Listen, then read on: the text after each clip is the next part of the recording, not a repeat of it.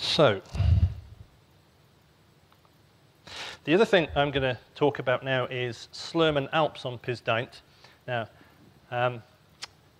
many of you in the room may know a lot about this already, and therefore this may be going over material that you're quite happy to walk out of the door if you find that this is something that you just don't need to hear again. But there are certain little issues with how to run on this machine, and certain things just to make sure that on any of the machines, the Cray machines that we're running on, that you don't make some mistake and get poor performance. So we've deployed Slurm about 2 years ago as a site-wide resource management system, and this means that moving from one system to the next should be relatively straightforward, including moving from Monte Rosa. I don't know why that's in a lighter font. Main commands, tell me if this is anybody not familiar with Slurm enough to know what these main commands do. No, okay. I'll rush through therefore. So we have SQ, scancel, sbatch. I always like to tell people about it in that order so that you know how to cancel a job before you've badly submitted it. And then other commands that we'll just have a quick look at are salloc, and this is because of what I mentioned about internal versus external logging. I won't really talk about scontrol, but that's a very powerful tool. And sacct to see what jobs have been running and what happened to them. This is something that we use quite a lot, particularly to see which nodes we ran on. And therefore, it's easier for us to be able to say, well, if somebody's got a problem, somebody's had a bit of an issue, well, did we have a bad node? Which we do from time to time on these machines, get nodes that just have problems. Just so you know about SQ, so people know how it works or what it's telling you. So firstly, the jobs, the order of the jobs. So it tells you jobs in their order of priority. The top thing is the next one to have the highest priority to run. Then it will go down and say which jobs can't yet run due to dependencies, and then at the bottom it lists the running jobs, and you'll notice that it always says which the very last job is the one that will finish first. So you can actually just go straight to the bottom of here and see how many nodes are available in whatever time. Sometimes looking at these running jobs and so on can be useful to see if you can get a backfill slot. So if, for example, you could see that the top job was requiring a large number of nodes, a few nodes were going to become available here soon, but then the job this one depended on wasn't going to be available for a while, you might be able to find that I can sneak in there. You can customize the output of SQ with SQ format to get different things along here and put that in your bash script. And I've changed, of course, the names of these jobs so they all look quite better than they did before. So sbatch, well, we put down output error, time, job name. It's important to put a time in and an accurate time because you, again, can fit in those backfill slots. Specifying the task requirements with sbatch is the thing that I just want to mention here, particularly on this machine, because we've just been migrating from an older version of Slurm to a newer version of Slurm, the first to be deployed on this type of system. So you can just go along and ask for X nodes, and you're free then to use them as much as you want with MPI and OpenMP mixed, apart from, as things stand today, you need to specify the flag if you want hyperthreading.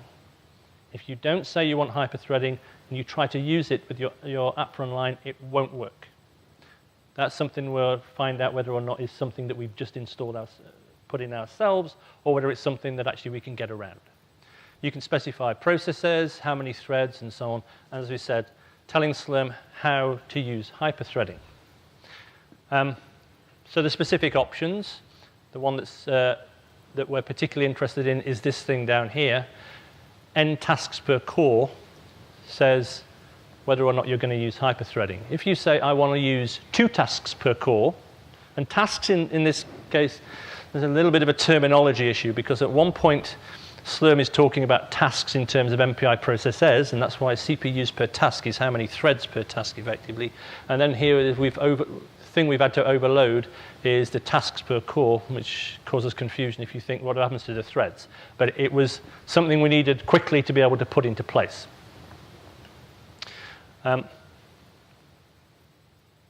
So you put in those options and you ask for a certain number of processes, a certain number of threads, and then there's an interaction of sbatch with ALPS. Because Slurm doesn't manage the nodes on this system. On clusters, Slurm manages the nodes. It knows all about the nodes. Here, it has to do a little bit of a discussion, a diplomatic negotiation with the ALPS system that Cray employs. And the set of options that you put in determine what you're allowed to do with your nodes. If you ask just for a set of nodes, you have this more freedom about, oh, I'll use so many processes and so many tasks, as long as the multiplier doesn't exceed the number of cores that you actually got on your nodes. And, of course, that you don't ask for something like 40 threads on a node when you've only got space for 16. But if you actually ask for tasks and threads, then the request you've made to ALPS means that ALPS gets a little bit picky at times and says, you didn't quite ask for that. It may be that if I ask for 64 tasks, each with 4 threads, it's the same multiplier as 32 tasks, each with 8 threads. But ALPS may say at the app runtime, claim exceeds reservation. But if you ask for a simple set of nodes, you're OK. You still need that hyperthreading, as mentioned. So how does this all work? Got a little batch script up here. Batch script will be submitted onto Daint's external logging node. Important, it's the external logging node. Goes to the Slurm server. It then picks out one of the front-end nodes. And there's 4 front-end nodes, I believe, we have on this system that will then say, that's where your script actually runs. It then passes the script over, and it's the script from below here all runs on one of these front-end nodes. It's no longer on that external login node. You're actually internal to the machine. This is vitally important because otherwise, Aprun doesn't work. If you try doing Aprun on the external login node, it will just tell you, I don't know what you're talking about. That's not one of my commands. So you have to be internal. And then there will be an unwind procedure when the batch system kills your job.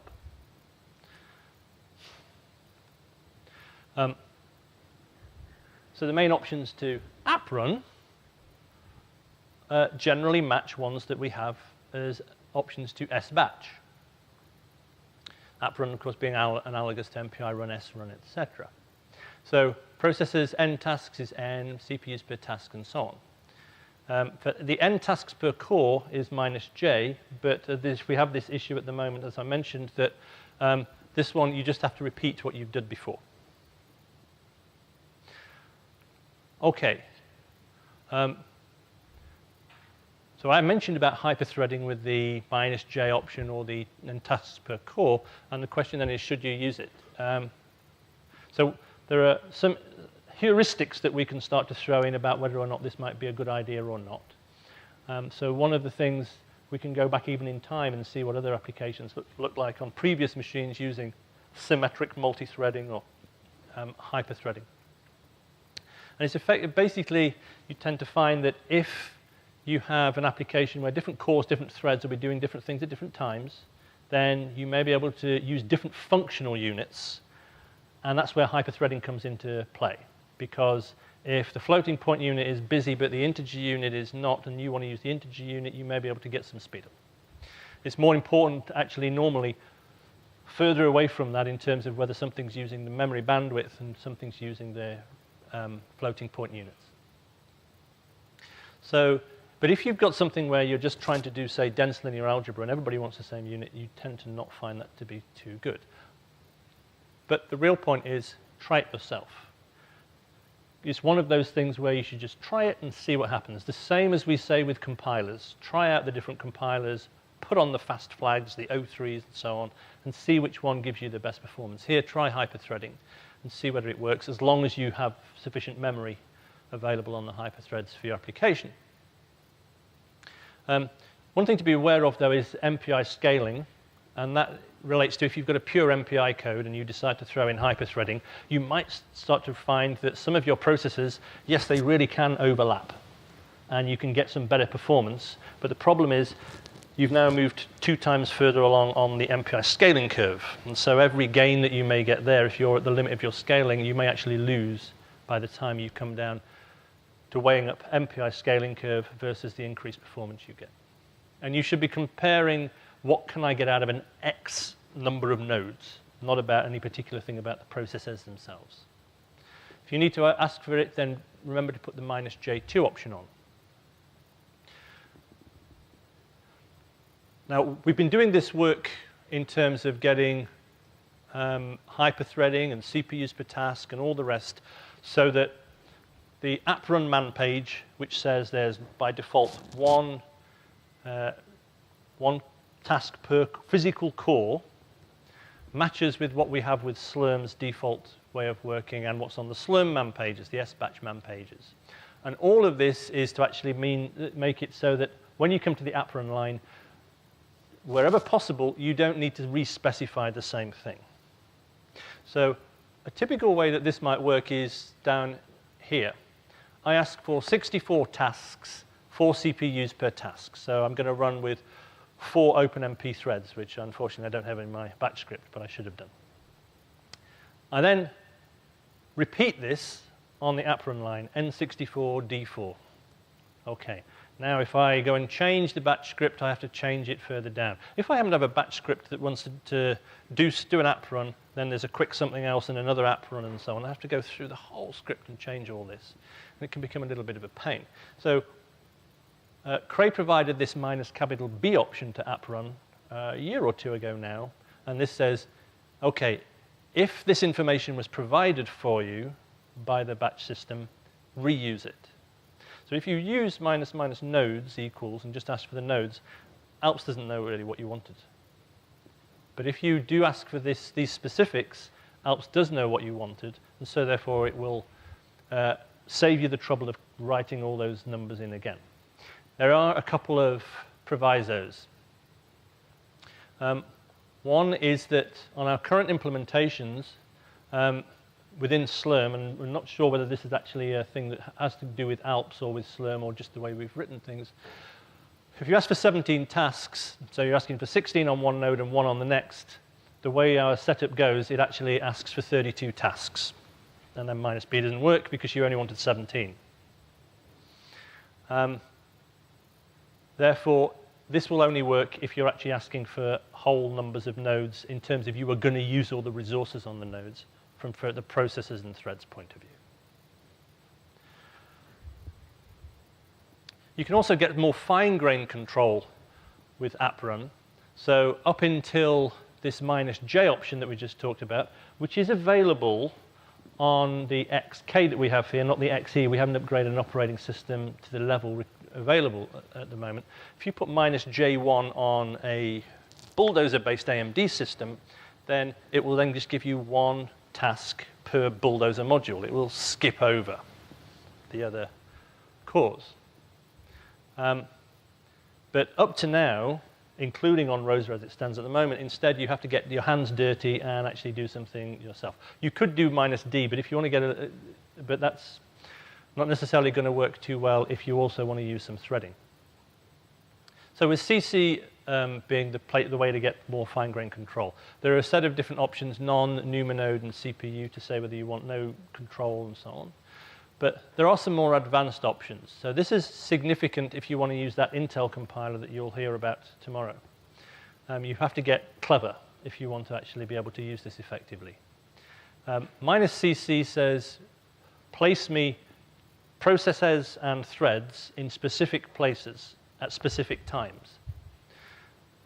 This notation was introduced, I think, about a year ago, specifically, with a colon in the middle. And it says, each one of these relates to a process and the threads that it creates. So here we have 2 processors. And this tells ALPS, tells the runtime, when you create that process, run the first process on core 0 and the second on core 8. Then, when the first thread that's created, let it run anywhere. That's the X. And then the next ones that are created, pin them to core 1, core 2, core 3.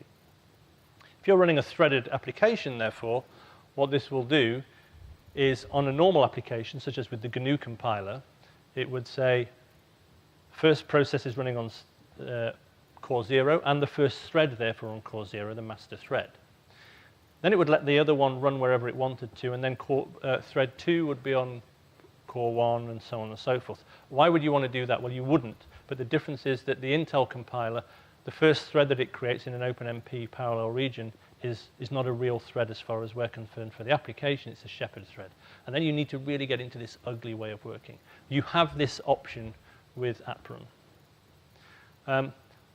Another option that's of significance with Aprun is the -R option for core specialization.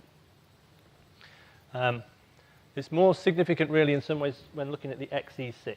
And this says if you start to get jitter or other issues with your application, then you might want to say, look, on a browser node, I have 32 cores. I don't need all those 32 cores.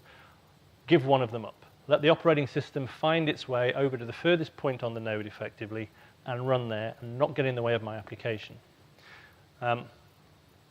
This is also significant if you put the right flags on and the right compilation, and you have a lot of MPI asynchronous communication going on with iSends and iReceives and so on. You can also have this extra core that you've given up be used for an extra thread that just tries to move those asynchronous operations forward while you're getting on with something else. On the XC30, instead of giving up a physical core, you get a hyperthreaded core. This means that normally you wouldn't even notice. If you haven't asked for hyperthreading, but you've asked for all 16 cores that therefore are available to you, you can still use -R1 and it will find a hyperthread to run this on. And then there are also things such as the -SS option to ensure memory is only allocated on the NUMA node on the task is running. This is another one that you might just want to throw into your application when you're running and see if it makes a difference. Sometimes it makes a difference to actually have this pin things definitely onto my NUMA node. And then there are some other options that you can get even finer grained NUMA control. So how does Aprun map the CPUs to the physical and virtual cores? Well, on this machine, Aprun goes through and it maps the processors or threads round robin on the physical cores. And the naming, the numbering of the cores, and you can see that in the Linux output when the thing is booted, is it numbers physical cores first. So it goes through physical cores, 7 of them on the first socket, then it jumps over to the other socket and names the next 8 to 15, and only then does it go back to the first socket and then start numbering the other cores. This is good because it means if you ask for 16 processors or threads and they start to get pinned, they get pinned 1 per physical core rather than overlapping on the virtual cores. If you're on an Interlagos-based system, instead, it will fill up the bulldozer modules one by one, and that's not so good. But let's say on this XC30 you want to run only 8 cores per node. Perhaps you need some more memory or something, 4 gigabytes instead of 2 gigabytes per process. You won't get the best performance if you just ask for task per node 8, put -N8 onto your Aprun line, because it's still doing what I mentioned here. It just maps your processors onto the physical cores as it sees them. And so that means by default, you've said, I only want 8 processors, but they will all run on the first socket and the second socket, all that lovely memory bandwidth, all those nice vector operations and so on. None of it will be touched. It will all just be left idle. This is bad here. It's even worse if you're on the XE6 system, where if you did the same with 8 processors, they'd all be on the first die, and you'd really be restricted. And there are people who do this, because this isn't an obvious thing to do. But you therefore have to specify either a depth or find some other way of spreading out your processors so they go on to the correct places. You could use the -CC option, but just specifying -D to push things further apart would also be an effective way of doing this. So I've mentioned before salloc, and I've mentioned before the internal login nodes, and this is where the two things come together. So we tell you to do everything on those external login nodes, apart from you can't do this.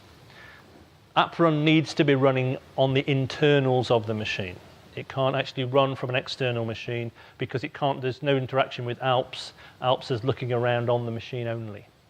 This may change in the future with some ideas about bridges and so on across from external logging nodes that Cray are currently thinking about. But as things stand at the moment, this is the way it has to work. And therefore, you need to be able to launch, first of all, get yourself on the machine, and only then start Slurm and say, can I have some node? Now, the times you might want the interactive batch job are sometimes tools actually require it, such as our debugging tools, where they need to be able to directly attach to the Aprun command. So a debugger, typically, you would launch as something like, what if it was total view, which we are now phasing out, total view, Aprun minus little a, and then all the other options. And it's basically saying, I want you to debug Aprun and anything beyond it. The other time you might need it is sometimes it's just useful for development. Now, we don't encourage you to do this very often, but sometimes if you've got to do quick turnaround times on small numbers of nodes, you might want to get a salloc session and then just keep launching the Aprun as you play around, as you experiment, so to speak, with ideas. If you want to do this, you have to jump directly onto one of those internal logging nodes, Daint 01, 02, or 03. Then you can ask for a salloc session. And the salloc takes the same options as the batch thing for requesting. Now, the important thing as well about a salloc session is do one only if you're pretty sure that there's going to be some spare nodes available. Okay, and they're already available, because otherwise you'll start the session. It won't run, it won't allocate you anything, but you'll probably have gone off for a cup of coffee or maybe to lunch by the time it comes back, and then the nodes sit there doing nothing. The other thing is immediately give it up as soon as you've finished and return things to the pool, because you'll be charged for this. Another thing to mention is Slurm dependencies. So sometimes you may actually you may have a lot of jobs and one's dependent on the next and so on and so forth. So for example, if you're going to run some molecular dynamics application and the simulation you want to run is going to actually take you 8 weeks of continuous runtime for the same thing, then you don't want to submit a job and then wait the next one, that's finished, and then submit the next. You can put in dependencies, and the two most important ones are saying after OK, dependency, so it shouldn't say minus minus, but minus minus dependency equals after OK and a job ID. You can get a whole stream of these things. If anything fails, then you have to go back and repair the bad work. But if they're all succeeding quite happily, then you'll be able to just leave them to run. And this is something that also can be quite useful for you. And the final thing is something that we're using a lot at the moment to trace where we've got issues on the system, and that is to use the sacct command, the saccount system command. And this will tell you what jobs you've run recently. You can look a few days back, and you can see which ones completed, failed, cancelled, and so on and so forth. By adding extra options to this, you can also find out node lists and other things as to where you ran specifically. That means that therefore you can also do a reverse mapping and say, that job ran particularly slowly compared to the other one, as I mentioned before. Was that because I went across groups, or was I, rather than being pinned within a group, etc., etc.? So there are a number of options to see your previous usage that sacct is very useful for. So that's all I'm going to talk about today, those two sessions, and that means that you can all enjoy the not so warm weather anymore that was there earlier in the day. Any questions about Slurm and its interaction and performance? So we've deployed Slurm about 2 years ago as a site-wide resource management system. And this means that moving from one system to the next should be relatively straightforward, including moving from Monte Rosa.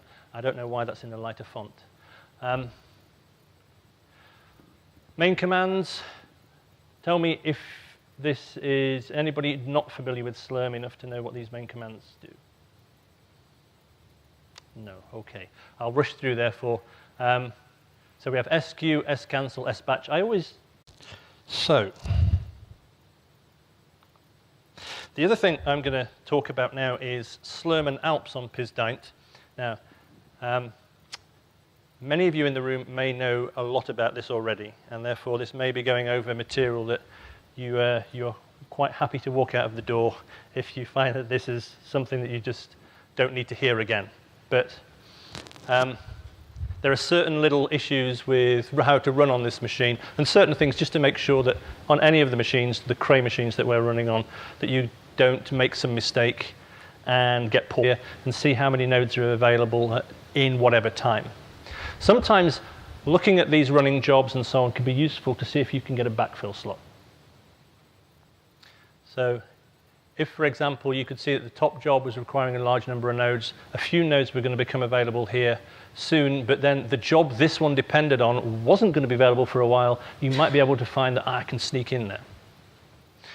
You can customize the output of SQ with SQ format to get different things along here and put that in your bash script.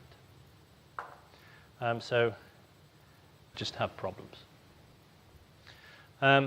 Just so you know about SQ, so people know how it works or what it's telling you. So firstly, the jobs, the order of the jobs. So it tells you jobs in their order of priority. The top thing is the next one to have the highest priority to run. Then it will go down and say which jobs can't yet run due to dependencies, and then at the bottom it lists the running jobs, and you'll notice that it always says which the very last job is the one that will finish first. So you can actually just go straight to the bottom of here. I'd like to tell people about it in that order so that you know how to cancel a job before you've badly submitted it. And then other commands that we'll just have a quick look at are salloc, and this is because of what I mentioned about internal versus external login. I won't really talk about S-control, but that's a very powerful tool. And sacct to see what jobs have been running and what happened to them. This is something that we use quite a lot, particularly to see which nodes we ran on. And therefore, it's easier for us to be able to say, well, if somebody's got a problem, somebody's had a bit of an issue, well, did we have a bad node? Which we do from time to time on these machines, get nodes that